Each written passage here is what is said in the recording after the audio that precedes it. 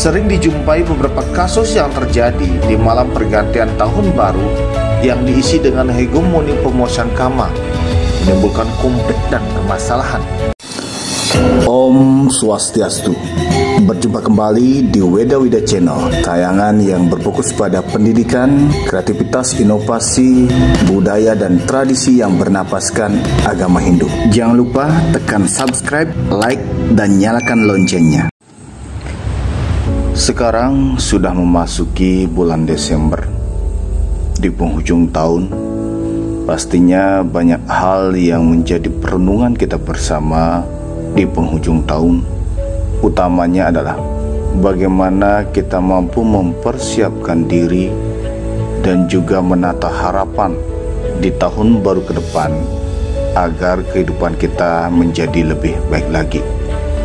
Berikut adalah video singkat gambaran tentang bagaimana kita mampu memaknai tentang perayaan tahun baru antara hegemoni pemuasan kama ataukah introspeksi karma.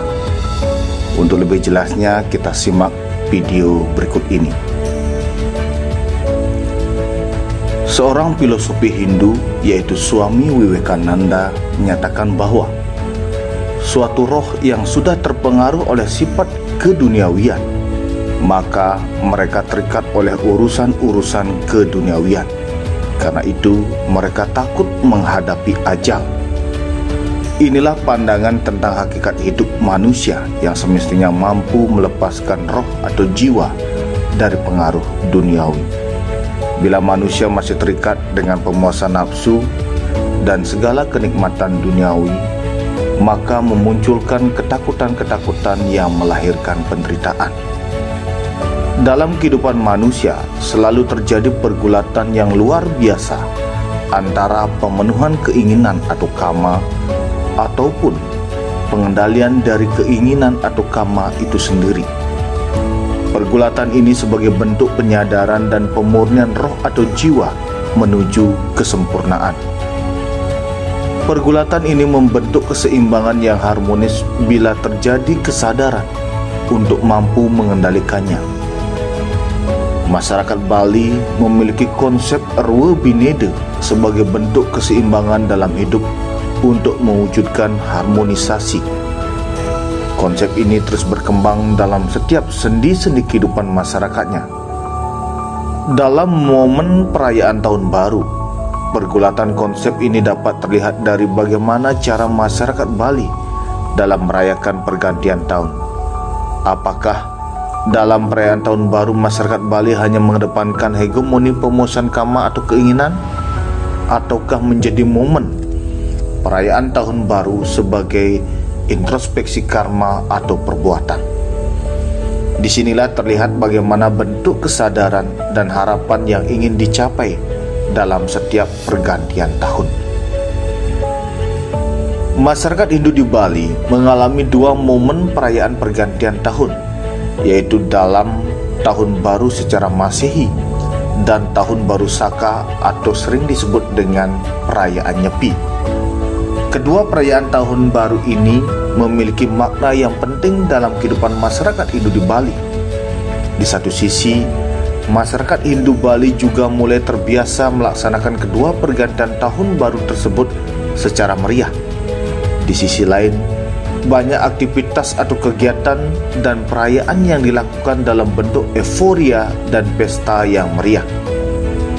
Di Bali, begitu menjelang perayaan tahun baru, sudah dihiasi dengan suara ledakan kembang api dari setiap sudut tempat saling bersautan silih berganti. Penjualan kembang api mulai merasuk dan merambah ekonomi masyarakat. Dari penjualan kembang api di pinggir jalan ala kaki lima hingga penjualannya masuk supermarket bintang 5. Dulu, aktivitas atau kegiatan seperti ini masih jarang dilakukan.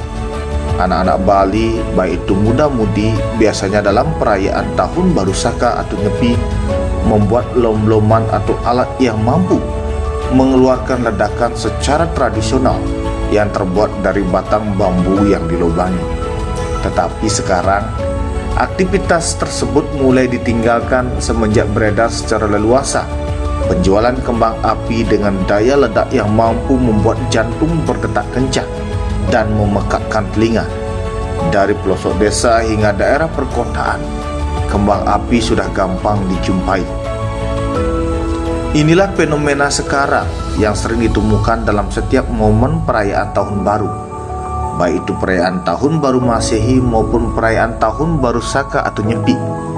Bila dicermati kembali, berapa uang yang habis terbakar dan meledak untuk setiap batang kembang api yang diledakkan?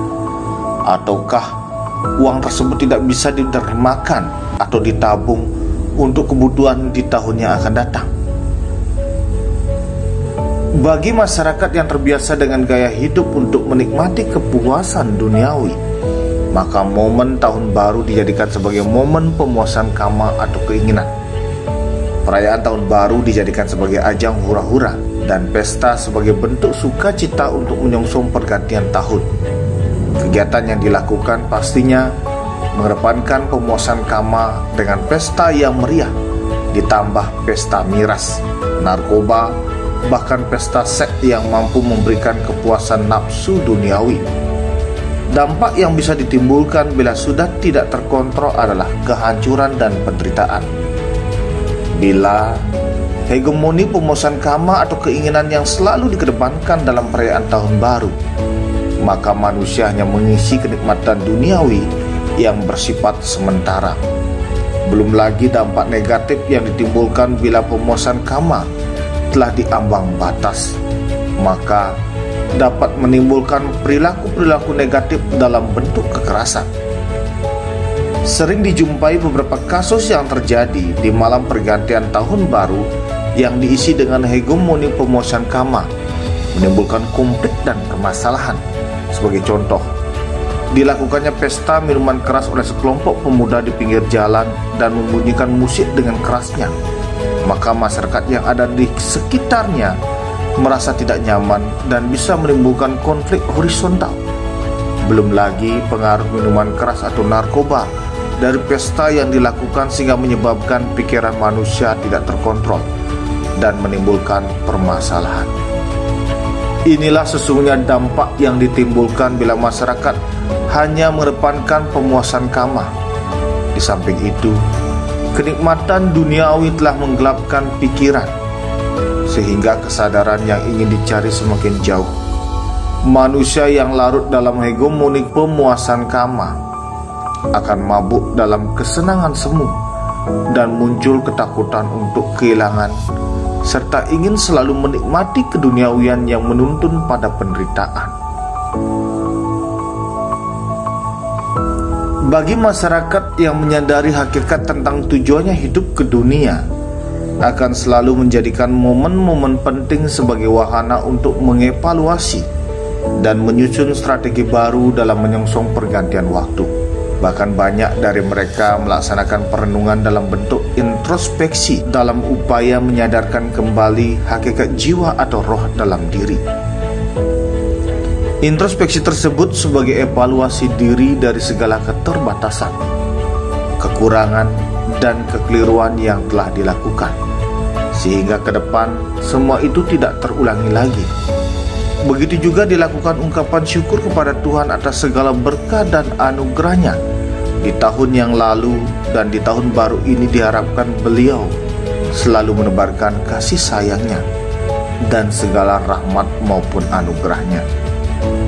Di samping itu, keberserahan atas segala karma atau perbuatan yang telah dilakukan di tahun lalu, semoga mendapatkan pahala yang baik, dengan harapan bahwa di tahun baru ini beliau menuntun kita dalam berpikir, berkata, maupun berbuat sesuai dengan kebenaran. Momen tahun baru yang dilakukan dengan hegemoni introspeksi karma akan semakin menyadarkan kita tentang hakikat kehidupan dan selalu belajar untuk bersyukur dan berserah dengan penuh serada dan bakti. Introspeksi karma dalam perayaan tahun baru semakin mendekatkan diri kita dengan Tuhan dan mampu meningkatkan kualitas hidup dalam setiap pergantian tahun baru menjadi semakin lebih baik. Bila masyarakat mampu menyadari dan memaknai momen perayaan tahun baru dengan aktivitas dan perbuatan atau karma yang baik, pastinya ke depan mampu mengantarkan manusia semakin tahun semakin baik dan berkualitas. Inilah sesungguhnya yang perlu dilakukan dalam perayaan tahun baru, bukan semata-mata melalui hegemoni pemuasan karma yang sesungguhnya menghadirkan penderitaan dan kesengsaraan. Semoga dalam pergantian tahun baru ini menjadikan kehidupan manusia semakin lebih baik dan terwujudnya harmonisasi kehidupan yang aman, damai, dan sejahtera. Semoga harapan kita di tahun baru yang akan datang dapat terkabulkan dan musibah maupun bencana yang kita alami segera mendapatkan jawaban atau petunjuk solusi yang terbaik dari Tuhan. Demikian tayangan kita hari ini, semoga bermanfaat. Kita akhiri dengan para mesanti. Om Santi Santi Santi.